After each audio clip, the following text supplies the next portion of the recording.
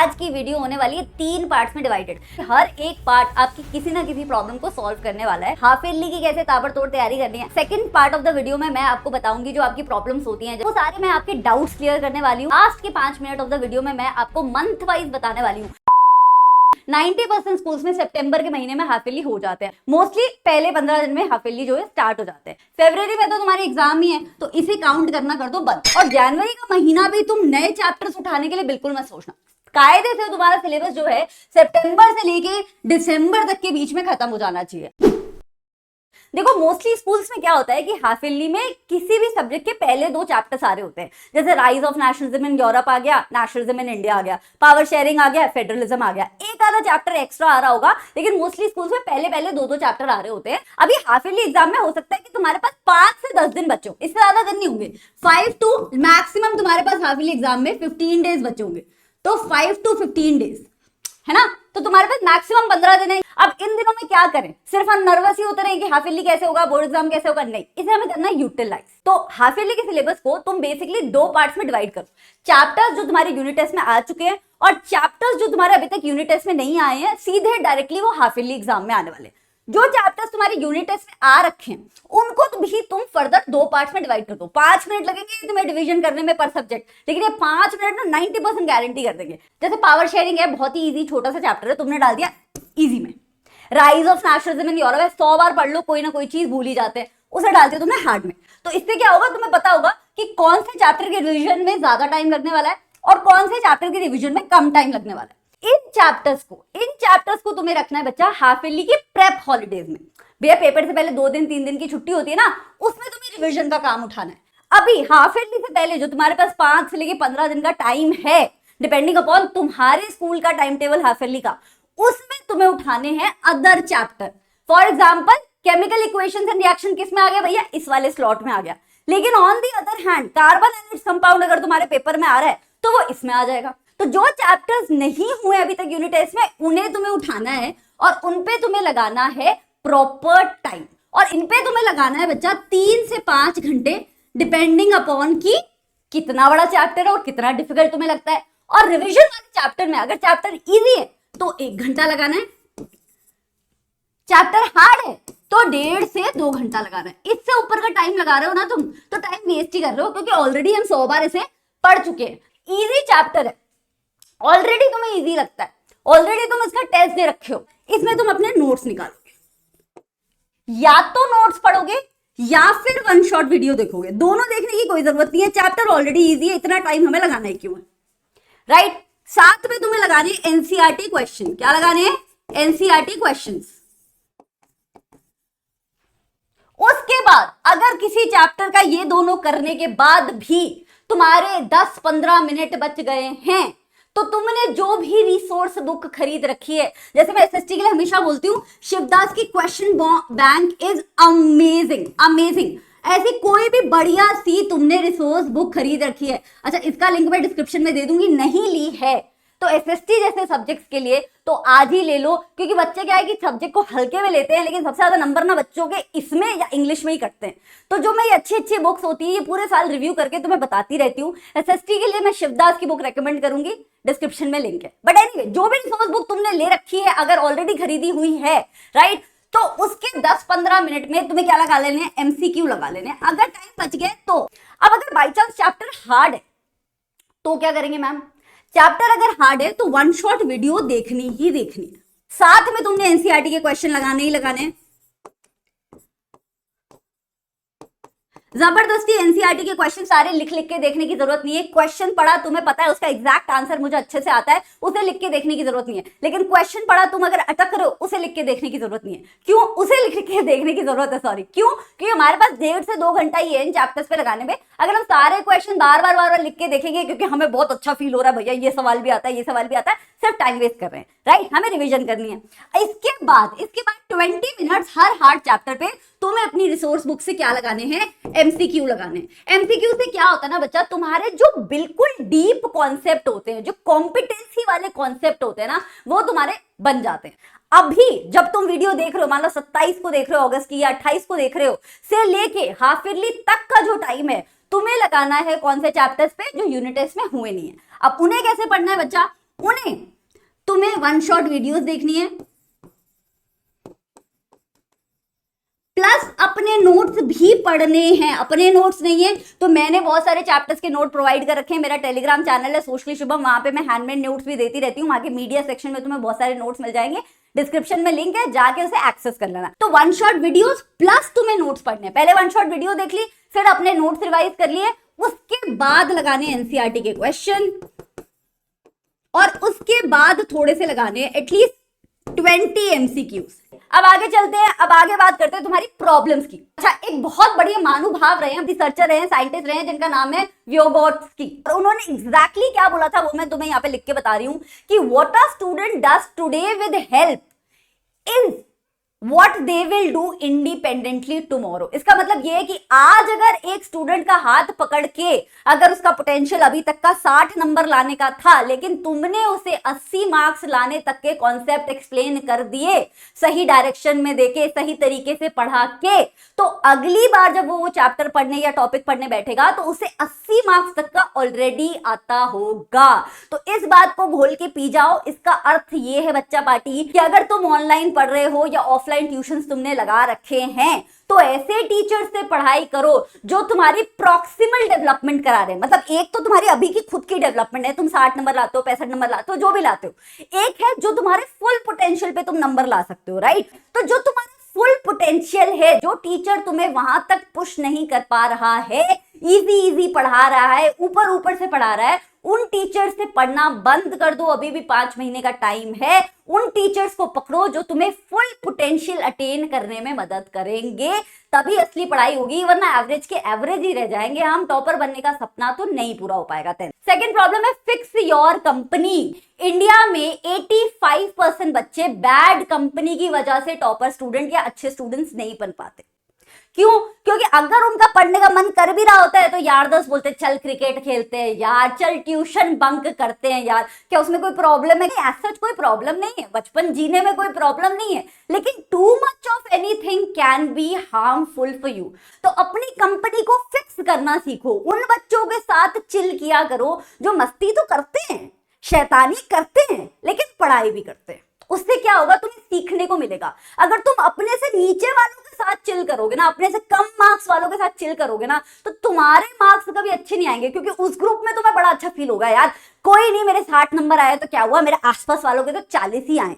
लेकिन अगर तुम उन बच्चों के साथ चिल करोगे ना जिनके 80 आए, 85 आए, तो तुमको लगता रहेगा यार मेरे दोस्त के तो 85 आ गए, यार मेरे जितना ही खेलता है, यार इसके 85 आ गए, यार मैं इससे ही पढ़ लेता हूँ, यार एक आधा टॉपिक मेरे भी आ जाएंगे, यार अच्छा लगेगा, राइट। तो अपनी कंपनी को फिक्स करो। अब तीसरी प्रॉब्लम पे आते हैं, stop pretending that you are studying. मैंने अपनी लाइफ में इतने सारे स्टूडेंट्स देखे हैं, 2-2 घंटा पढ़ते हैं, 6-6 घंटा पढ़ते हैं, पूरा दिन किताब लेके पढ़ते रहते हैं, चश्मे का नंबर बढ़ जाता है, लेकिन नंबर फिर भी नहीं आते। क्यों? क्योंकि वो पैसिवली पढ़ रहे होते हैं। किताब खुली हुई है, दिमाग चल रहा है इंस्टाग्राम के गानों में, दिमाग चल रहा है स्कूल की गॉसिप में, लेकिन किताब खुली हुई है। इनफैक्ट कुछ बच्चे तो ऐसे होते हैं जो रीड भी कर रहे होते हैं, रीड कर रहे हैं, लेकिन वो रीड किया हुआ ना दिमाग में घुस नहीं रहा है। भैया ऐसी पढ़ाई का क्या फायदा? उससे अच्छा आधा घंटा पढ़ो, लेकिन दिल लगा के पढ़ो। अब दिल लगा के पढ़ाई कैसे करनी है?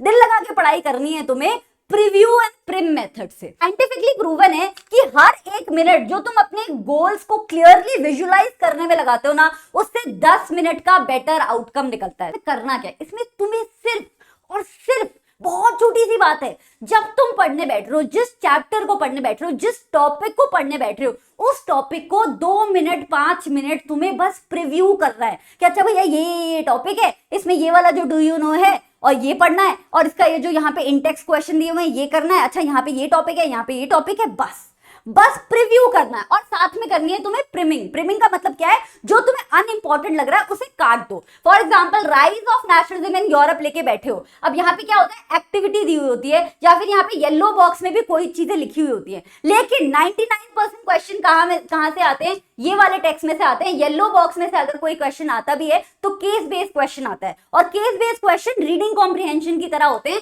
उसमें येलो बॉक्स तुम्हें दिया हुआ होगा ऑलरेडी, और उसके बेसिस पे क्वेश्चन पूछेंगे।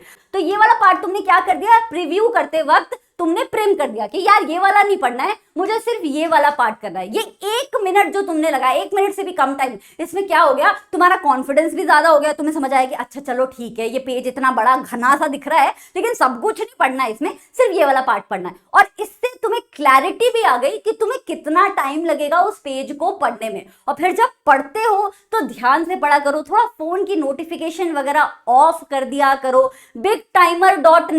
bigtimer.net करके बड़ी सारी वेबसाइट्स है यार, जहां पे जाके तुम टाइमर लगा सकते हो जो तुम्हें अकाउंटेबल होल्ड करेगा। अगर ये सब भी चोचले नहीं कर रहे हैं तो घर में मम्मी पापा या भाई बहन को बोल दो कि यार मैं ना 1 घंटे में चैप्टर खत्म करने वाला हूं, जरा मेरे से 1 घंटे बाद पूछ लियो कि मेरा चैप्टर हुआ कि नहीं हुआ। लास्ट बेस्ट सॉल्यूशन तुम्हारी सबसे वर्स्ट प्रॉब्लम का, प्रोक्रेस्टिनेशन।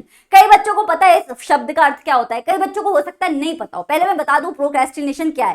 कभी कभी होता है कि तुम्हारे साथ कि तुम्हारे पास करने के लिए बहुत कुछ होता है लेकिन तुम्हारा कुछ भी करने का मन नहीं कर रहा होता। इनफैक्ट तुम्हारे पास इतना भी मोटिवेशन नहीं होता पढ़ाई का कि तुम उठ सको अपने सोफा से या अपने बिस्तर से। तुम बस वहीं बैठ के या तो ख्याली पुलाव बना रहे होते हो, डे ड्रीमिंग जिसे बोलते हैं इंग्लिश में, या फिर इंस्टाग्राम स्नैपचैट कर रहे होते हो। अब तुम्हें लगेगा कि यार पहले हम कोई मोटिवेशनल वीडियो देख ले और फिर जाके पढ़ाई कर लेते हैं, पर ये सबसे गलत हरकत होती है। पता है ह्यूमन मोटिवेशन एक्चुअली में आता कहां से, काम करके आता है। तो अगर तुम मोटिवेट होना चाहते हो ना अपने सिलेबस को खत्म करने के लिए टाइम पे, तो तुम्हें एक्चुअली में सिलेबस को खत्म करने के लिए पहला चैप्टर उठाना पड़ेगा। जब तुम एक एक्टिविटी करते हो तो उससे जो मोटिवेशन आता है वो ज्यादा लॉन्ग टर्म होता है रादर देन कोई मोटिवेशनल वीडियो देख के पढ़ने बैठने से। इस थ्योरी को बोला जाता है ईट दैट फ्रॉग। एक बहुत वर्ल्ड फेमस नॉन फिक्शन की किताब है ईट दैट फ्रॉग, जिसमें 21 तरीके बताए हुए हैं। ये कोई पेड प्रमोशन नहीं है, मैंने खुद पढ़ी है किताब, मुझे बहुत अच्छी लगती है पर्सनली। तो उसमें 21 तरीके बताए हुए हैं प्रोक्रेस्टिनेशन को अवॉइड करने के लिए। तो उसका जो सबसे बेस्ट तरीका है वो है ईट दैट फ्रॉग। इसका मतलब सिंपल है कि जो काम दिन में या उस हफ्ते में तुम्हें सबसे ज्यादा डरा रहा है ना, उस काम को सबसे पहले उठा लो। वो है तुम्हारा फ्रॉग बच्चा। तो ईट दैट फ्रॉग का मतलब है जो काम सबसे ज्यादा डरा रहा है उसे सबसे पहले कर लो, और वहीं से आएगा तुम्हारा कॉन्फिडेंस और तुम्हारी प्रोक्रेस्टिनेशन की प्रॉब्लम हो जाएगी सॉल्व। प्रोक्रेस्टिनेशन के ऊपर मैंने एक बहुत बेहतरीन वीडियो बना रखा है, मैं 2-3 दिन में पोस्ट कर दूंगी, जिसमें मैंने 5-6 तरीके बताए हैं कि तुम कैसे सेल्फ स्टडी रूटीन कर सकते हो, daily self study routine along with your school and along with your tuitions. ठीक है, तो उस वीडियो को जरूर देखना, चैनल को सब्सक्राइब कर लो। जब भी वीडियो कोई नई आएगी टाइम पे तुम्हें यूट्यूब नोटिफाई कर देगा। अब मैम ये तो बता दो अक्टूबर नवंबर के महीने में क्या करना। चलो सितंबर तो हाफ ईयरली में चला गया, बाकी महीनों में कैसे पढ़ें, अक्टूबर की बात करते हैं।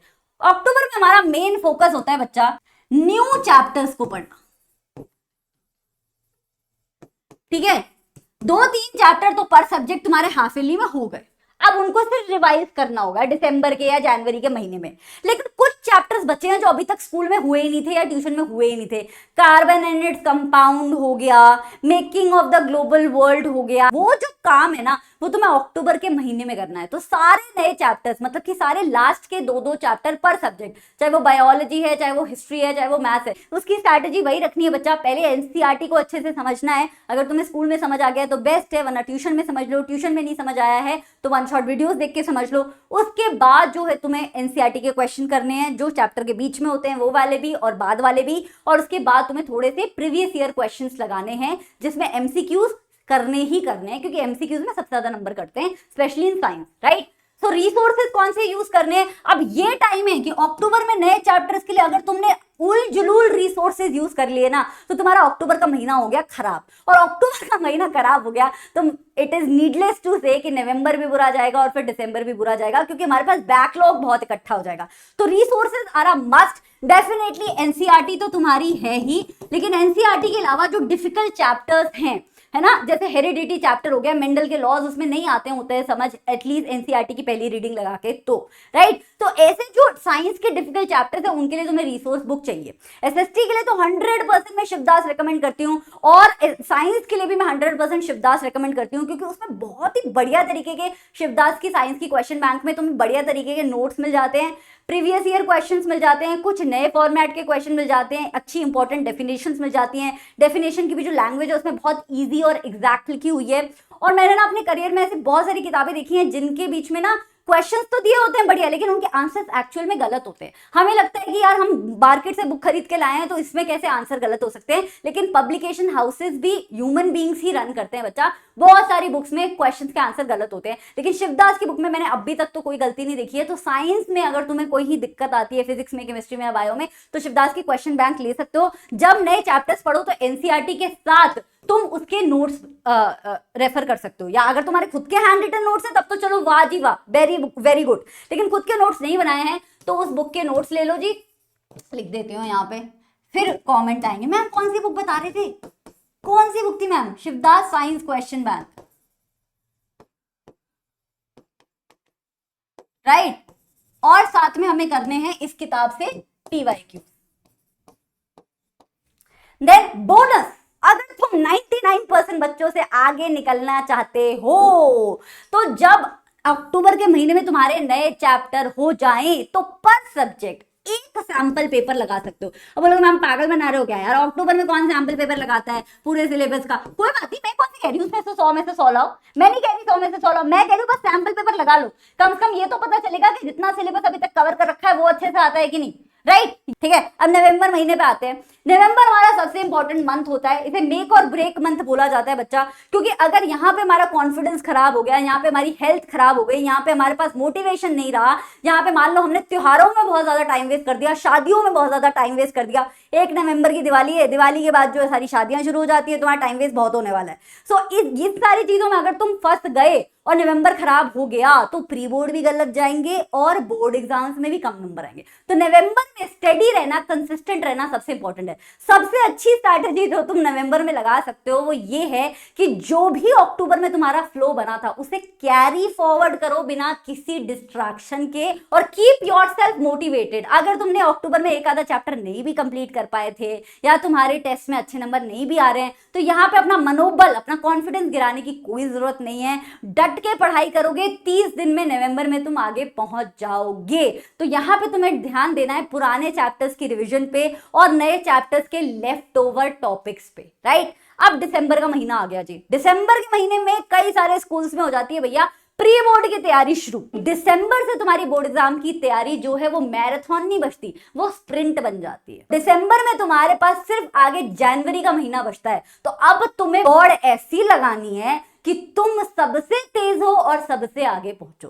तो दिसंबर में करनी है तुम्हें रिवीजन, या फिर इस पीरियड को तुम बोल सकते हो प्री रिवीजन। प्री रिवीजन में तुम्हें क्या क्या चेकलिस्ट देखनी है, तुम्हारे सारे न्यू चैप्टर्स कंप्लीटेड हो, तुम्हारे सारे पुराने चैप्टर्स यानी कि जो हाफ ईयरली में आ चुके चैप्टर्स हैं वो एटलीस्ट 2 बार रिवाइज्ड हो, 2 बार एटलीस्ट, राइट। तुम्हारा मैप वर्क, डायग्राम्स, डेफिनेशंस, फॉर्मूले, ये सब टिप्स पे हो। और सबसे बड़ी बात, तुम्हारी हेल्थ एकदम चकाचक कंडीशन में हो। अगले 3 महीने जो है तुम्हें हेल्थ का अपना पूरा ख्याल रखना है, टाइम पे सोना है, टाइम पे उठना है, जंक फूड थोड़ा अवॉइड करना है, अच्छा खाना खाना है जिससे तुम लेजी फील ना करो, हाइड्रेटेड रहना है, ठंडी में स्कूटी चला चला के बाहर नहीं घूमना है बल्कि अपना ख्याल रखना है और डटे रहना है अपने लक्ष्य पे। बिल्कुल, वो बोलते हैं ना अर्जुन मछली की आंख ही देख रहा होता था तभी मछली की आंख में तीर मारा था उसने, राइट। तो हमारी मछली की आंख क्या है? Board exams. तो हमें फोकस इधर उधर नहीं करना है, हमें स्प्रिंट मारनी है। जनवरी के महीने की बातें जनवरी के महीने में की जाएंगी क्योंकि वहां पे तुम्हें पीवाईक्यूज लगाने हैं, सैंपल पेपर्स लगाने हैं। कौन से सैंपल पेपर्स लगाने हैं, कौन से पीवाईक्यूज लगाने हैं, this I will tell you on this channel only. जितने बच्चे ये वीडियो देख रहे हैं, अगर तुम्हें मोटिवेटेड फील हो रहा है, अगर तुम्हें लग रहा है कि हाँ हम तो कर ही लेंगे भैया, हम तो निकाल ही लेंगे बोर्ड एग्जाम बढ़िया तरीके से, सो आई कैन डू इट, बस इतना छोटा सा सेंटेंस कमेंट्स में डाल देना, ठीक है। So I will see you next time, don't forget to subscribe, bye bye and take care. Hi बच्चा पारी, मेरा नाम है Shubham Pathak, welcome to my channel. And अगर आप ये वीडियो सितंबर के महीने में देख रहे हो तो आप जरूर नर्वस होगे, और नर्वस होना भी बनता है यार, क्योंकि देखो हमारे पास बोर्ड एग्जाम्स के लिए सिर्फ 5 महीने बचे हैं और इन 5 महीनों में हमें हाफ ईयरली एग्जाम भी देना है, प्री बोर्ड एग्जाम भी देना है और फाइनल एग्जाम्स की भी अच्छी तैयारी करनी है। और ये कोई सिंपल टास्क तो है नहीं, हमने ट्यूशंस भी लगवा रखे हैं, स्कूल में भी हमें इतना सारा टाइम देना पड़ता है और हमारे पास सेल्फ स्टडी का टाइम बचता नहीं है। तो हम ये तैयारी करें फाइनल एग्जाम्स की इन दोनों एग्जाम्स के साथ, तो करें कैसे? सो ये सारे क्वेश्चन अगर आपके दिमाग में है तो बिल्कुल सही जगह पहुंचे हो, क्योंकि